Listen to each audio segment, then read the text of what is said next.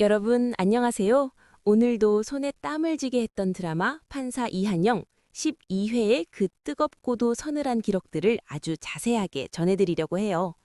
이번 회차는 이한영이 거대 권력의 상징인 수호제를 뒤흔들며 강신진과 박광토라는 두 괴물 사이에서 벌이는 위험천만한 줄타기가 돋보였던 시간이었네요. 대한민국을 움직이는 보이지 않는 손들이 서로를 물어뜯게 만드는 한영의 치밀한 설계가 어떤 파괴력을 가졌는지 지금부터 낱낱이 파헤쳐 보겠습니다. 먼저 드라마는 태명그룹 장용현 회장의 초조한 모습으로 시작됩니다. 아들 장태식의 앞날이 풍전등화와 같은 상황에서 장용현은 최후의 수단으로 재판장인 이한영을 직접 찾아와 노골적인 재판 청탁을 시도하죠. 어두운 밀실의 공기 속에는 돈과 권력이 만드는 비릿한 냄새가 가득했고 장용현은 한도 5억짜리 카드를 내밀며 아들의 집행유예를 간청합니다. 여기서 한영은 정말 소름 끼치는 포커페이스를 보여주는데 3년형의 집행유예 5년을 약속하며 장용현을 안심시키는 것 같네요. 하지만 그는 카드를 지금 받지 않고 재판이 끝난 후에 받겠다며 거절하는데 이는 단순히 뇌물을 피하려는 것이 아니라 장용현이 자신을 완벽하게 믿게 만들어 방심하게 하려는 고도의 심리전이었다고 분석됩니다. 한영은 곧장 강신진을 찾아가 장용현을 만났다는 사실을 보고하며 강신진의 의심까지 차단하는 치밀함을 보여주었죠. 한편 해날로펌의 유선철 대표는 이 기회를 틈타 자신의 세력을 확장하려 합니다. 딸 세희에게 팀을 꾸려 장태식의 변호를 맡으라고 지시하는데 세희는 이것이 한영과 함께 판을 짜는 과정이라 오해하며 기쁜 마음으로 한영에게 맛있는 저녁을 대접하네요. 하지만 한영은 여기서 세희를 향한 진심 어린 걱정을 드러냅니다. 장태식을 시작으로 장용현과 에이스그룹 전체가 무너질 것이라는 충격적인 경고를 날리며 세희에게 이번 사건에서 무조건 손을 떼라고 말해주죠. 한영은 세희에게 탐욕이 눈이 먼 오빠나 언니에게 이 독이 든 성배를 넘기라며 그녀가 새로운 삶을 살 수 있는 선택권을 줍니다. 세희는 한영의 강렬한 눈빛에서 그가 그리는 복수의 지도가 얼마나 거대한지 직감하고 결국 장태식의 변호를 오빠에게 넘기며 위기를 피하게 되네요. 이제 본격적인 반격이 시작됩니다. 한영은 자신의 정체를 숨긴 채 전 대통령 박광토의 비리 자료를 야당 의원에게 건네며 그를 시대의 영웅으로 만들어주겠다는 미끼를 던지죠. 야당 의원은 한영의 설계대로 전국에 생중계되는 기자회견을 열어 박광토와 선진행복재단의 추악한 커넥션을 폭로합니다. 차명 기자의 진짜 주인이 누구냐고 포효하는 의원의 목소리가 울려 퍼지는 순간 TV를 지켜보던 박광토의 얼굴은 분노로 일그러졌고 대한민국은 거대한 충격에 휩싸입니다.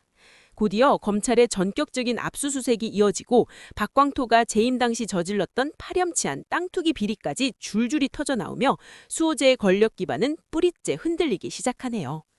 강신진은 이 혼란을 틈타 겉으로는 박광토를 걱정하는 척하면서도 뒤에서는 손절의 타이밍을 노리는 잔혹한 면모를 보여줍니다. 박광토가 소환조사 요청을 받으며 수세에 몰리자 강신진은 마침내 본색을 드러냅니다. 그는 박광토와의 모든 연란을 끊고 수호제의 비밀회의를 단독으로 소집하죠. 늘 박광토가 앉아있던 상석에 강신진이 앉아 회의를 주관하는 장면은 권력의 주인이 바뀌었음을 상징적으로 보여주었네요. 그는 법원장 영전을 축하받으며 박광토 특검에 맞서기 위한 대응팀을 만들라고 지시하는데 이는 박광토를 돕기 위함이 아니라 박광토를 방패 삼아 자신의 권력을 더욱 공고히 하려는 전략으로 보입니다.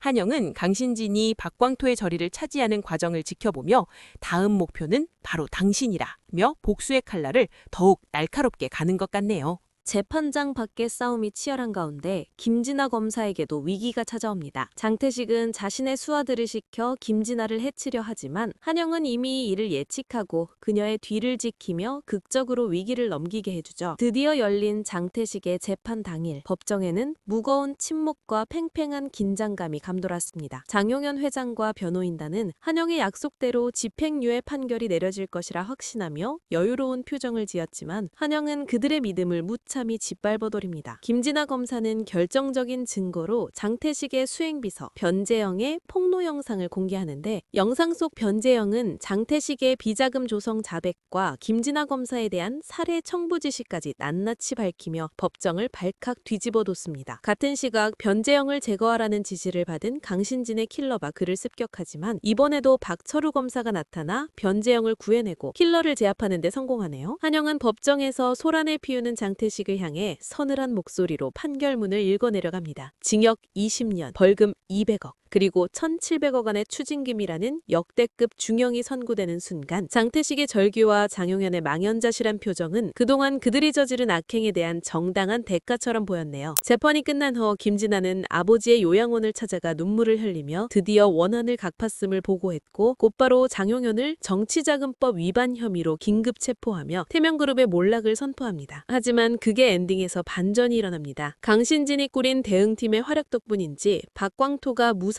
수호제로 복귀하며 강신진과 팽팽한 대립각을 세우게 된 것이죠. 이는 한영이 의도한 결과로 보이는데, 두 괴물이 서로의 목줄을 죄게 만들어 공멸하게 하려는 한영의 큰 그림이 더욱 깊어지는 대목이었네요. 13회 예고편을 통해 분석해본 향후 전개는 더욱 파격적입니다. 한영은 강신진의 내면에 숨겨진 박광토를 향한 사리와 권력욕을 교묘히 자극할 것으로 보입니다. 강신진에게 박광토를 제거하고 진정한 왕이 될 기회라며 부추기는 한영의 모습은 마치 악마의 유혹과도 같았네요. 결국 탐욕의 눈이 먼 강신진은 선진행복재단을 은밀히 공격하라는 지시를 내리게 되고, 이 과정에서 박광토가 강신진에 의해 죽음을 맞이할 가능성이 매우 커 보입니다. 하지만 강신진은 이 살인 혐의를 한영에게 뒤집어 씌우며 한영을 다시 한번 벼랑 끝으로 몰아넣을 것 같네요. 한영이 자신이 판 함정에 스스로 빠지는 위험을 감수하면서까지 박광토와 강신진을 이간질하는 이유는 무엇일까요? 그것은 법의 테두리 안에서 심판할 수 없는 괴물들을 그들만의 방식으로 처단하기 위함인 것 같습니다. 누명을 쓴 한영이 어떻게 법정에서 반전을 일으키며 강신진의 살인 증거를 세상에 공개할지, 그리고 그 과정에서 백이석과 김진아가 어떤 결정적인 도움을 줄지 정말 기대가 되는 부분입니다. 여러분은 한영이 이 누명을 벗고 진정한 정의를 구현할 수 있을 것이라고 보시나요? 오늘의 리뷰는 여기까지이며 저는 다음 회차에 더 놀랍고 소름 끼치는 이야기로 여러분을 찾아올게요.